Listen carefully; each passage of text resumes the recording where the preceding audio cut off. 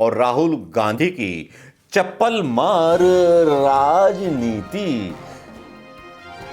चप्पल मार समझते हैं ना, तो राहुल गांधी चप्पल ही मार देते हैं। तो एक म्यूजिक बजता है पीछे से, कालिया कालिया कालिया। अब लगता है म्यूजिक बजने लगा है, राहुल राहुल राहुल। भाई मजे की बात तो यह है कि कितने बड़े हरामी पॉलिटिशियन हैं, समझिए इन हरामी पॉलिटिशियंस। हरामी का मतलब होता है जो बिना कुछ करे सब कुछ ले लेता है। हराम तब कहा जाता है कि भारत की बेइज्जती कर दी। बहुत सारे आरोप राहुल गांधी पर लग जाते हैं। भारत जोड़ो यात्रा से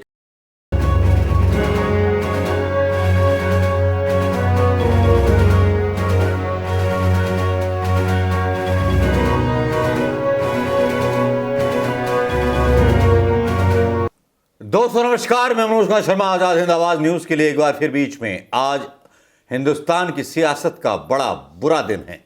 बुरा दिन इसलिए भी कहा जाएगा क्योंकि ये बुरा दिन इसलिए भी कहने लायक है कि जब राहुल गांधी जब कैम्ब्रिज में भारत की शान बढ़ा रहे होते हैं, उसको मीडिया में प्रचारित करके कहा जाता है कि भारत की बेइज्जती कर दी। जी हाँ, जब राहुल गांधी लोकतंत्र की आवाज उठा रहे होते हैं तब कहा जाता है कि भारत की बेइज्जती कर दी। बहुत सारे आरोप राहुल गांधी पर लग जाते हैं। भारत जोड़ो यात्रा से खिसियाए हुए संघी, खिसियाए हुए भारतीय जनता पार्टी के लोग करें तो करें क्या? कहीं डूब के मर नहीं सकते, इस्तीफा दे नहीं सकते, बेईमानी पर कुछ बोल नहीं सकते, कोई जांच आयोग नहीं बिठा सकते। सुप्रीम कोर्ट इनके खिलाफ आदेश दे देता है। अदानी पर इनकी चुप्पी है, चुप्पी जो है जग जाहिर है। सुप्रीम कोर्ट उस पर भी फैसला लेता है, कमेटी गठित कर देता है, लेकिन ये उस पर जेपीसी भी गठित नहीं करते। कितने बड़े हरामी पॉलिटिशियन हैं, समझिए इन हरामी पॉलिटिशियंस। हरामी का मतलब होता है जो बिना कुछ करे सब कुछ ले लेता है। हरामी का मतलब गाली नहीं है। अनुराग ठाकुर का बयान आता है कि भाई बड़ी बेइज्जती हो रही है। ये कितने बड़े देशभक्त हैं। इनके बाप दादाओं ने जब ये इलेक्शन लड़े थे, इनके पिताजी और वो कितनी प्रॉपर्टी थी और आज कितनी प्रॉपर्टी है इनके पास, जरा किसी मीडिया ने बताया। जितने भी अमित शाह और अमित शाह का बेटा, पहले कितनी प्रॉपर्टी थी केंद्र में आने से पहले और अब कितनी प्रॉपर्टी बन गई, क्या किसी ने बताया? राहुल गांधी राहुल गांधी राहुल गांधी। लगता है कि फिल्म कालिया का सीन देख रहा हूं। जब कालिया का वो एक सीन आता है, जब जेलर उसको रोकता है तो एक म्यूजिक बजता है पीछे से, कालिया कालिया कालिया। अब लगता है म्यूजिक बजने लगा है, राहुल राहुल राहुल। भाई मजे की बात तो यह है कि राहुल गांधी जब विदेशों में जाते हैं और हिंदुस्तान के बारे में जब कैम्ब्रिज जैसी यूनिवर्सिटी में भाषण देते हैं, तो वहां पढ़े लिखे लोग होते हैं, गंवार लोग नहीं होते। जैसे कि प्रधानमंत्री मोदी के यहां गंवार लोग चले आते हैं, वहां पढ़े लिखे लोग आते हैं। उनके सामने वो हिंदुस्तान की जनता की हकीकत और हिंदुस्तान के लोकतंत्र की हकीकत बताते हैं। जब हिंदुस्तान का मीडिया बहरा हो चुका हो, जब हिंदुस्तान की सरकार बहरी हो चुकी हो, जब हिंदुस्तान का लोकतंत्र गुलाम बना लिया गया हो संघ के द्वारा, तब क्यों ना ये आवाज विदेशों में उठाई जानी चाहिए। भाई संघी जो अंग्रेजी हुकूमत की गुलामी करते थे, आज राहुल गांधी को जिस तरह से रेस्पॉन्स मिल रहा है ब्रिटेन में, उससे बड़े खलबलाए हुए हैं। और राहुल गांधी हैं कि मानते नहीं। यहां यह भी खबरें चलाई जा रही हैं कि कांग्रेस ने प्रधानमंत्री पद का दावेदारी छोड़ दी है। यह फेक न्यूज देखिए। और जो है अलग से विपक्षी दल बनेंगे, ये बनेंगे वो बनेंगे। हां, जो चोर विपक्षी दल हैं, चाहे ममता बनर्जी का चोर विपक्षी दल हो जिसके खिलाफ जांच चल रही हो, जहां जहां भ्रष्टाचार होगा, जिन क्षेत्रीय पार्टी में भ्रष्टाचार होगा, वो पार्टी कभी भी कांग्रेस के साथ समझौता करके, गठबंधन करके नहीं लड़ सकती, नीतीश कुमार को छोड़ करके। और यही भौकाल बिठाया जा रहा है कि राहुल गांधी दावा छोड़ रहे हैं प्रधानमंत्री का, अब कौन बनेगा।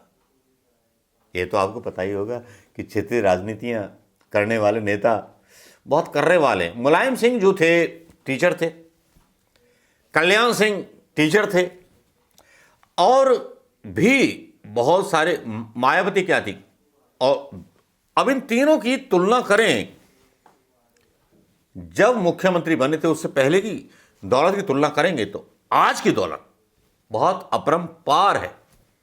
यही हाल तमिलनाडु का है, यही हाल और स्टेट्स का है। लेकिन राहुल गांधी का हाल तो वही बेहाल है, बस वो कैमरे में जाकर के हिंदुस्तान की जनता के लोकतंत्र की आवाज को उठा सकते हैं, और आज वो नंगा कर देते हैं भारतीय जनता पार्टी के विदेश मंत्री को, जब वो बोलते हैं कि भाई संघियों का इतिहास ऐसा है। राहुल गांधी के 3-4 वीडियोस मैंने यहाँ जो है रिकॉर्ड किए हुए हैं, उनको सुन लीजिएगा और उसके बाद, सुनने के बाद बताइएगा कि बेहतर कौन है। क्या अरविंद केजरीवाल ने इस तरह के वीडियो या इस तरह के बयान मोदी सरकार के खिलाफ दिए, या अखिलेश यादव ने ये बयान दिए, या मायावती ने ये बयान दिए, या फिर क्षेत्रीय राजनीति के लड़ाकों ने, चाहे महाराष्ट्र के उद्धव ठाकरे हों, उद्धव ठाकरे आम आदमी पार्टी के नेता, कोई कुछ नहीं बोल रहा। आम आदमी पार्टी के नेताओं को तो गिद्ध बोला जा रहा है, लेकिन राहुल गांधी के ये बयान सुन लीजिए। आम आदमी पार्टी के ऊपर अलग से वीडियो हो सकता है। नहीं, पिछले जन्म में क्या पाप किया था, हिंदुस्तान में पैदा हुए, ये कोई देश है? Last I recall the Prime Minister going abroad and announcing that there's been nothing done in 60 years of independence, 70 years of independence. I remember him saying that, there's a lost decade of 10 years, there's unlimited corruption in India. I remember him saying them abroad. These were not things he said in India, these were things he said abroad. See, in China is very clear. We do not accept anybody entering our territory and pushing us around and bullying us. Doesn't matter who they are, that's not acceptable to us. And what has happened is that the Chinese have entered our territory, killed our soldiers, and the Prime Minister has denied it. That's the problem, right? Yatra, the idea behind the Yatra was an expression of voice, right? And there is suppression of voice across the country. Suppression of voice, example is the BBC. But BBC is just one element of it, right? You found out, well, the BBC has found out about it now, but it's been going on in India for the last 9 years, right? Non-stop. Everybody knows that. Journalists are intimidated, they're attacked, they're threatened, and the journalists who toe the line of the government are rewarded. Right? So it's a part of a pattern, and I wouldn't expect anything different. If the BBC stops writing against the government, everything will go back to normal. All the cases will disappear. Everything will go back to normal. Right? So this is the new idea of India. The BJP wants India to be silent, right? And they want it to be quiet. They want the Dalits, the lower caste, the Adivasis, the media, they want silence. And they want silence because they want to be able to take what is India's and give it to their close friends. Because China is much more powerful with us, how can I pick a fight with them? Matlab, at the heart of the ideology is cowardice.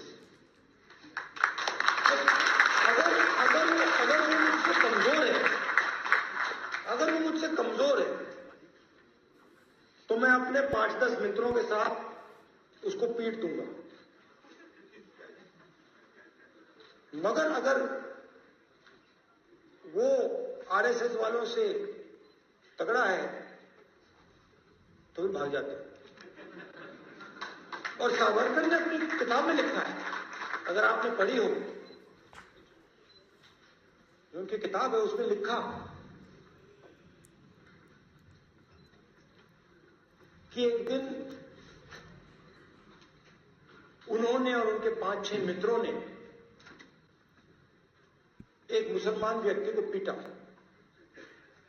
और उस दिन उनको बहुत the nature of the BJP the RSS must have noticed one thing, and this isn't the nature of the BJP the RSS. If you notice the statement of the foreign minister, he said China is much more powerful than us. Because China is much more powerful with us, how can I pick a fight with them? मतलब, at the heart, the nature of the BJP is the RSS. That attacks people because of their ideas. And you must have noticed one thing. Rahul Gandhi के बयान सीधे सीधे गोदी media पर भी थप्पड़ हैं और सब पे थप्पड़ हैं। राहुल गांधी के बयान को हमारे हिंदुस्तान का मीडिया कुछ अलग तरीके से दिखा रहा है और भारतीय जनता पार्टी के नेता जो है, जिनकी फटी हुई है, मतलब आपके समझे क्या फटी हुई है, कुछ तो फटा हुआ होगा ना, तो इसलिए मैंने बोला कुछ तो फटा हुआ होगा, इसलिए अनुराग ठाकुर देश विरोधी बयान, ये बयान, वो बयान। अब एक गधे के बच्चों, मोदी जब बोल रहा था वहां जाकर के कोरिया में कि कैसा देश है, और सबसे ज्यादा मजाक प्रधानमंत्री होने के बाद हिंदुस्तान की अगर उड़ाई है तो प्रधानमंत्री मोदी ने उड़ाई है। तो अनुराग ठाकुर तो राष्ट्रभक्तों इस पर कुछ बात कर लेते, शायद नहीं बात कर पाएंगे आप, नहीं है हिम्मत आपके अंदर, कायर हो आप लोग। लेकिन राहुल गांधी ने जो बात कही वो एक स्टेट्समैन की तरह कही। कैम्ब्रिज यूनिवर्सिटी में पढ़े लिखे लोग आए थे, उन्होंने उनको सुना।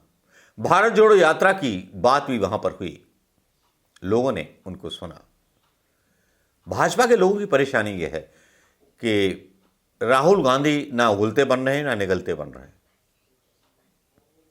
नथुना प्रसाद हों, अथुना प्रसाद हों, सब लोग राहुल गांधी के खिलाफ बोलने चले जाते हैं, लेकिन राहुल गांधी सबकी बोलती बंद कर देते हैं। हिंडनबर्ग पर रिपोर्ट आती है, उस पर कई सारे बयान आने लगते हैं, लेकिन चलिए उसके बारे में अलग से बात होंगी। लेकिन आम आदमी पार्टी पे थोड़ा थोड़ा बोलना चाहूँगा। सीबीआई ने मान लिया है कि मनीष सिसोदिया के पास कुछ नहीं है। प्रक्रिया के तहत 10 मार्च को जमानत आवेदन पर सुनवाई है, जमानत हो जाएगी भाई साहब की। मनीष ने कोर्ट में मांगे रखी थी, विपश्यना सेल, न्यायालय ने मंजूर कर लिया।